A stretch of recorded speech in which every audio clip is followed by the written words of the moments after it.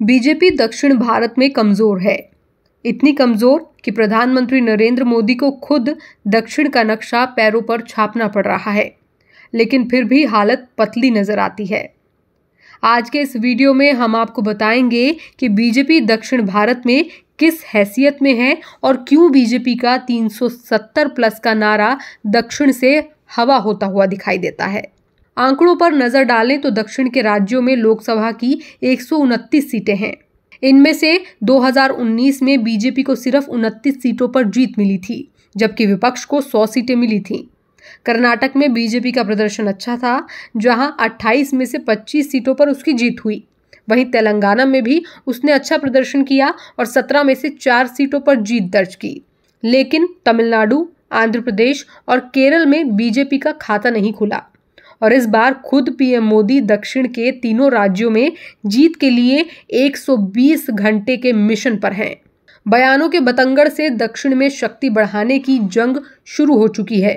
15 मार्च से शुरू हुए 120 घंटे के दक्षिण विजय अभियान के तहत पीएम मोदी 5 राज्यों की 129 सीटों पर बीजेपी को जीत दिलाने की मुहिम पर हैं।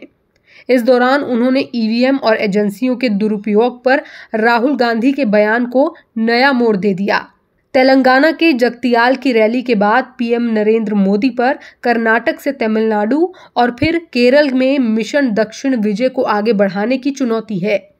पीएम मोदी ने बीजेपी 370 और एनडीए 400 पार का जो नारा दिया है, उसे दक्षिण की 129 सीटों के आंकड़ों के साथ देखना जरूरी है। दक्षिण के 5 राज्यों में कुल मिलाकर लोकसभा की 129 सीटें हैं। इनमें से 2019 में बीजेपी ने 29 सीटों पर ही जीत दर्ज की है। कर्नाटक की 28 में से 25 और तेलंगाना की 17 में से 4 सीटों पर बीजेपी ने पिछले चुनाव में जीत हासिल की। लेकिन तमिलनाडु की 39, आंध्र प्रदेश की 25 और केरल की 20 सीटों पर बीजेपी का खाता नहीं खुला।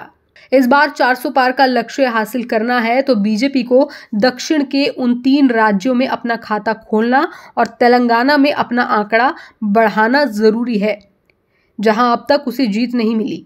चुनौती बेहद मुश्किल है और ये बात पीएम नरेंद्र मोदी भी जानते हैं। रविवार को आंध्र प्रदेश के पलनाडु की रैली में उन्होंने विपक्ष की टेंशन भी बढ़ा दी है। आपको बता दें, पिछले 77 दिनों में प्रधानमंत्री नरेंद्र मोदी ने 23 दिन दक्षिण के राज्यों में गुजारे हैं। ये दिखाता है कि वो दक्षिण में विपक्ष के अभेद्य दुर्ग में सेंध लगाने और वहां कमल खिलाने को लेकर कितना गंभीर हैं। लेकिन हकीकत में क्या इस मेहनत का फायदा बीजेपी को मिल सकता है?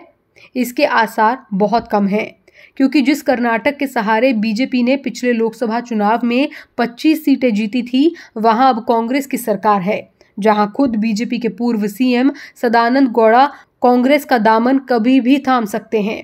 येदियुरप्पा और बुमोई के फेरे में बीजेपी 2 फाड़ हो चुकी है।